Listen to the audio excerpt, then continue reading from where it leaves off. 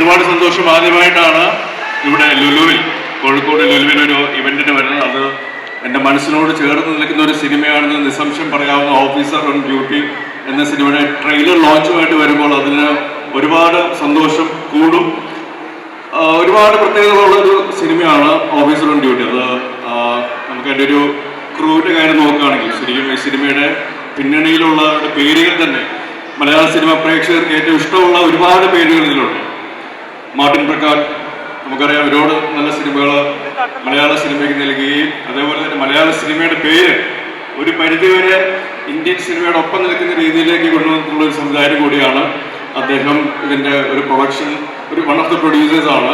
അതേപോലെ തന്നെ ഷാഹി കബീർ, പോലീസ് കഥകളെന്ന് കേട്ടാൽ ഷാഹി കബീർ എന്നുള്ള പേര് അന്വർത്ഥമാകുന്ന രീതിയിൽ അതും ഒരുപാട് നല്ല മലയാള സിനിമകൾ, പോലീസ് കഥകൾ അദ്ദേഹത്തിലൂടെ നമുക്ക് ഇനിയും ലഭിക്കുമെന്ന് യാതൊരു സംശയമില്ലാതെ എനിക്ക് പറയാനായിട്ട് സാധിക്കും. ഷാഹി കബീർ ഇതിൻ്റെ തിരക്കഥാ സംഭാഷണം രചിച്ചിരിക്കുന്നു. അതുപോലെ തന്നെ കണ്ണൂർ സ്ക്വാഡ് എന്ന സിനിമയിലൂടെ സംവിധാന രംഗത്തേക്ക് വന്ന ഛായാഗ്രാഹകനും കൂടിയായ റോബി രാജാണ് ഇതിൻ്റെ ക്യാമറ ചലിപ്പിച്ചിരിക്കുന്നത്.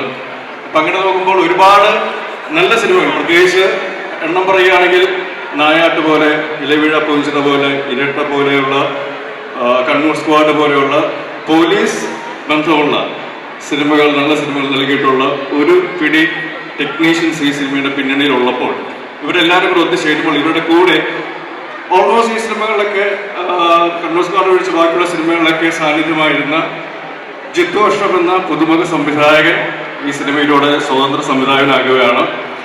ജിത്തു അഷ്റഫിനെ നമുക്ക് കണ്ടുപരിചയമുണ്ട്. അദ്ദേഹം ചില സിനിമകളിൽ അത്യാവശ്യം ഞെട്ടിപ്പിക്കുന്ന വേഷങ്ങൾ ചെയ്തിട്ടുള്ളതാണ്. പക്ഷെ അദ്ദേഹത്തിന്റെ പാഷൻ എന്തായാലും സംവിധാനം തന്നെയാണ്.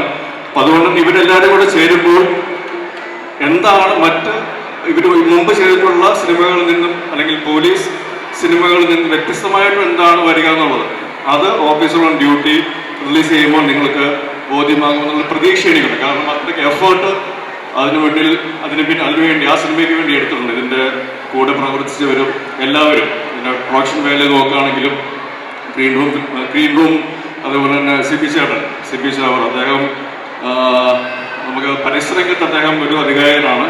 അദ്ദേഹം ഇതിൻ്റെ ഒരു പാർട്ണറാണ്, പ്രൊഡക്ഷൻ പാർട്ണറാണ്. അതുപോലെ തന്നെ രഞ്ജിത് നായർ, വനിത പോലെയുള്ള പത്രമാധ്യമങ്ങളിൽ ഒരുപാട് വർഷത്തെ എക്സ്പീരിയൻസ് ഉള്ള അദ്ദേഹം ഈ പറഞ്ഞ ഇതിൻ്റെ ഒരു പ്രൊഡക്ഷൻ പാർട്ണറാണ്. പിന്നെ ജെയ്ക്സ് ബിജോയ്, ചമൻ ചോക്ക്, അങ്ങനെ ഒരുപാട് നല്ല ടെക്നീഷ്യൻസ് ഇതിലുണ്ട്. കൂടെ ഞാനുമുണ്ട്.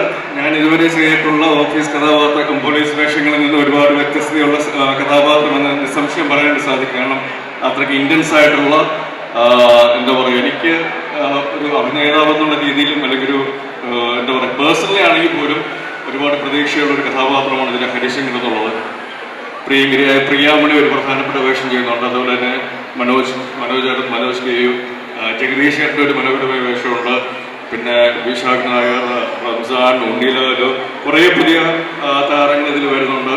ഇവരുടെ എല്ലാവരുടെയും നല്ല പ്രകടനങ്ങൾ നിങ്ങളുടെ മുന്നിൽ എന്തായാലും തീർച്ചയായിട്ടും ഉണ്ടാവുന്ന യാതൊരു സംശയം കൂടെ പറയാനായിട്ട് സാധിക്കും.